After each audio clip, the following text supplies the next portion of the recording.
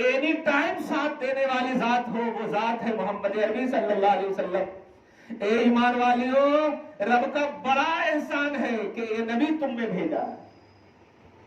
یہ 60-70 کا احسان نہیں ہے، یہ صرف 80 سال کا احسان نہیں ہے، یہ ماں باپ بھائی بہن شوہر کا صرف احسان نہیں ہے، یہ صدیوں کا احسان ہے، یہاں تک کہ اینڈنگ تک کا احسان ہے۔ جب تک تم جنت نہ چلی جاؤ تب تک یہ احسان ہے۔ ایسا عظیم الشان نبی جب اللہ پاک سے کہہ رہا ہے فبکا، رو پڑا، ورفع یدیہ، اپنے دونوں ہاتھوں کو اٹھا دیا ہے، اور جب اٹھا دیا تو اللہ پاک نے کہا اے جبرائیل جاؤ میرے حبیب کے پاس۔ اچھا ماں ذرا توجہ سے بتاؤ، پوری دل جمعی سے بتاؤ، کیا اللہ پاک کو نہیں معلوم ہے کہ نبی کیوں رو رہے ہیں؟ معلوم ہے، وہ عالم الغیب والشہادہ ہے، معلوم ہے اللہ پاک کو کہ نبی میرا کیوں رو رہا ہے۔ پھر بھی اللہ پاک جبریل علیہ السلام کو بھیج رہا ہے، جاؤ میرے جبرائیل حبیب سے پوچھو ماذا یبکیک، اے میرے حبیب آپ کو کس چیز نے رلایا ہے؟ ذرا سمجھو خدا کی عزت کو اور اس کی حکمت کو، جو اللہ پاک کے نبی نے کہا کہ تو عزت والا ہے، حکمت والا ہے، اور قرآن نے جگہ دی ہے، اللہ کو معلوم ہے، پھر بھی اللہ پاک بھیج رہا ہے۔ انٹینشن کو سمجھو۔ جبریل علیہ السلام در رسول پہ حاضر ہیں، عرض گزار ہوتے یا رسول اللہ، اللہ پوچھ رہا ہے آپ کیوں رو رہے ہیں؟ آپ کے رونے کا سبب کیا ہے؟ جبریل علیہ السلام کو نبی صلی اللہ علیہ وسلم نے کہا امت کے غم میں رو رہا ہوں، امت کا کیا ہوگا اس لیے رو رہا ہوں۔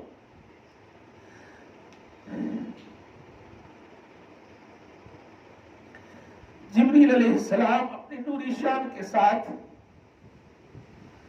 بارگاہ خداوندی میں حاضر ہوتے ہیں، مولا تیرا حبیب امت کے غم میں رو رہا ہے، اللہ سب جانتا ہے۔ پھر بھی اللہ پاک نے کہا جبرائیل جاؤ پھر حبیب کی بارگاہ۔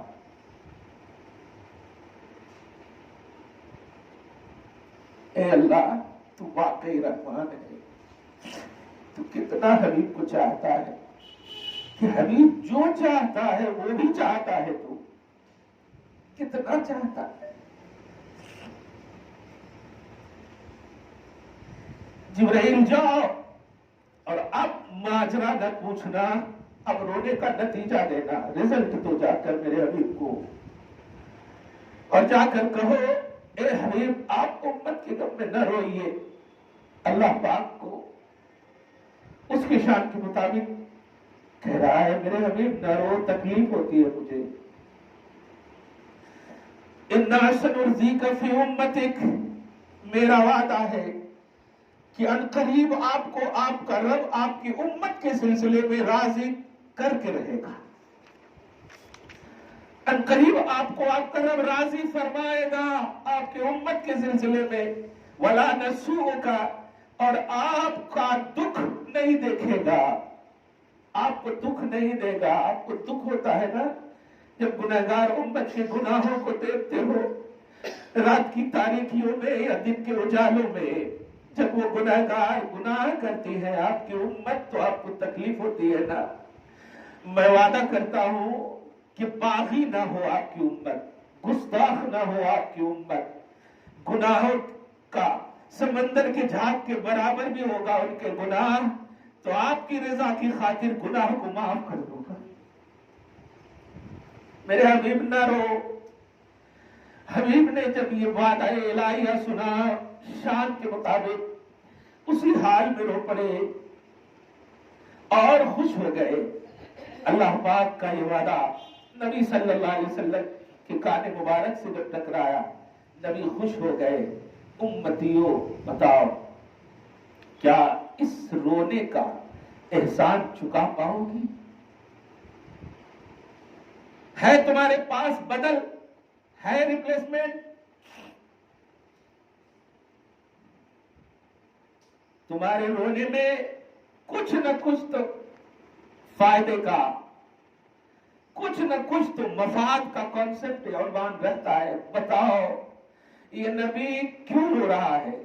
اور پھر اللہ پاک نے آپ کے اس رونے کی اتنی قدر کیوں فرمائی؟ کیوں فرمائی اتنے رونے کی قدر؟ کیونکہ رونے کی وجہ سے تو امت کا بھلا ہو رہا ہے نا، نبی کا کیا ہو رہا ہے؟ بس اس احساس کے ساتھ آج کا درس لے جاؤ کہ آپ کے غم میں آپ کا نبی کیوں رویا. آنسو کی قدر یہ ذہن میں رکھو. باپ ماں روئے ہیں نا، تم نے کوشش کی ہے کہ میں ان کے آنسو کو پوچھوں اور کبھی رونے کو نہ دوں، تمہاری ذات سے تکلیف نہ ہو، تمہاری لائف کا ہر رزلٹ باپ ماں کے لیے اچھا ہو. سوچا ہے تم نے اور انت تک کوشش بھی کی. شوہر نے کبھی پریشانی میں اپنے آپ کو مبتلا کیا ہے تو بیوی نے ہر لمحہ کوشش کی ہے کہ انہیں خوش رکھیں، ان کی پریشانی کو دور کرے. تو یہاں مفاد کا کانسیپٹ ہے، مینٹلی فزیکلی کانسیپٹ ہے یہاں پر.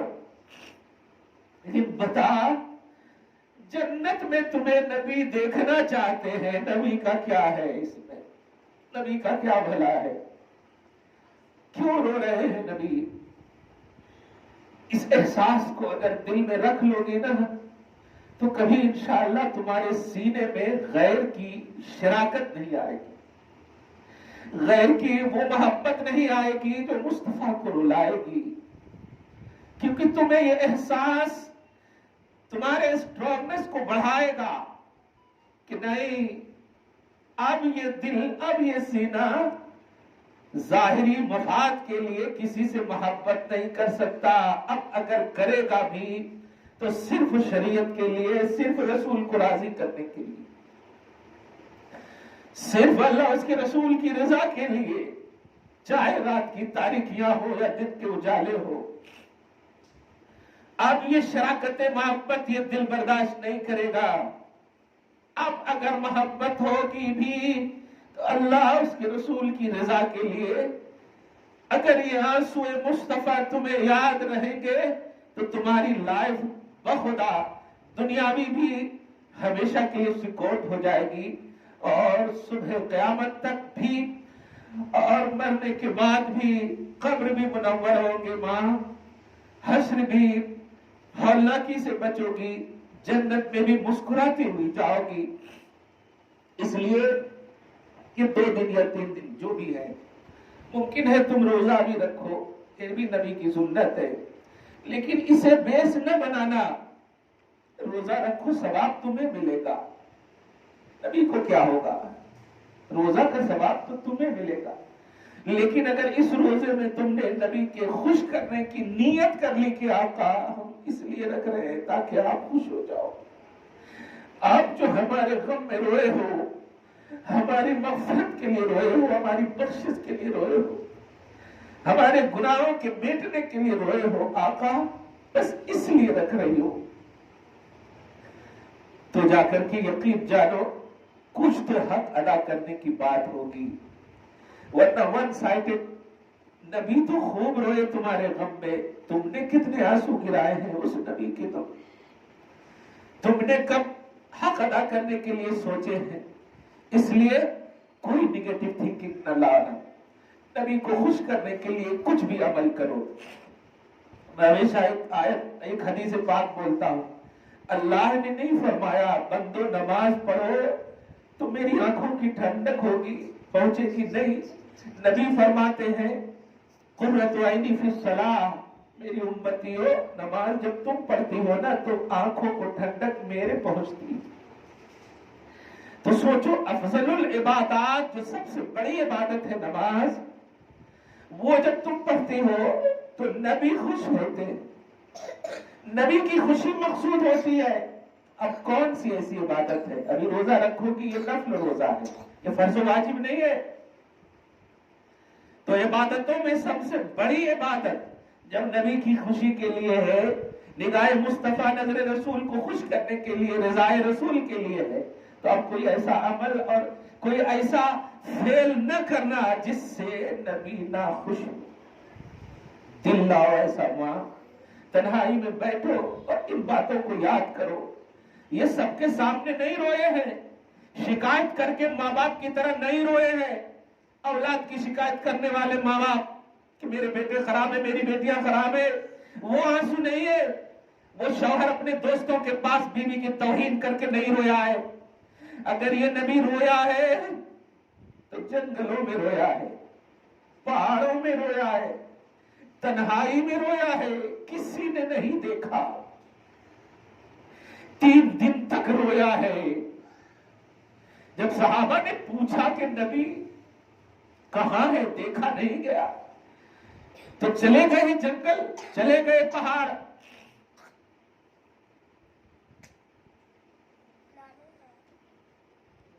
راستے میں جب ایک چرواہا ملتا ہے تو پوچھتے ہیں کہ نبی کو دیکھا ہے تم نے؟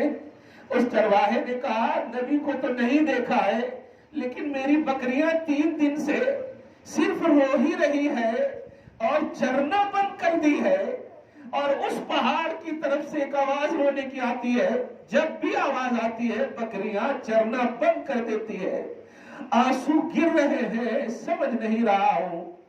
صحابہ نے ان کو ویلکم کہا اور کہا تم نے پتہ بتا دیا۔ جب دیکھتے ہیں تو چاہتے ہیں، جانے کے بعد دیکھتے ہیں کہ پہاڑ کے اس گفا میں، اس اندھیری میں آقا صلی اللہ علیہ وسلم سجدے میں اپنے سر کو گرائے ہوئے ہیں، اور ایک ہی صدا ہے، رب حب لی امتی، رب حب لی امتی، اے اللہ میری امت، میری امت، میری امت، میری امت۔ یہ تھا میرے آقا کا رونا، کوئی دکھاوا نہیں، کوئی ریا نہیں، تنہائی میں تمہارے لیے روئے۔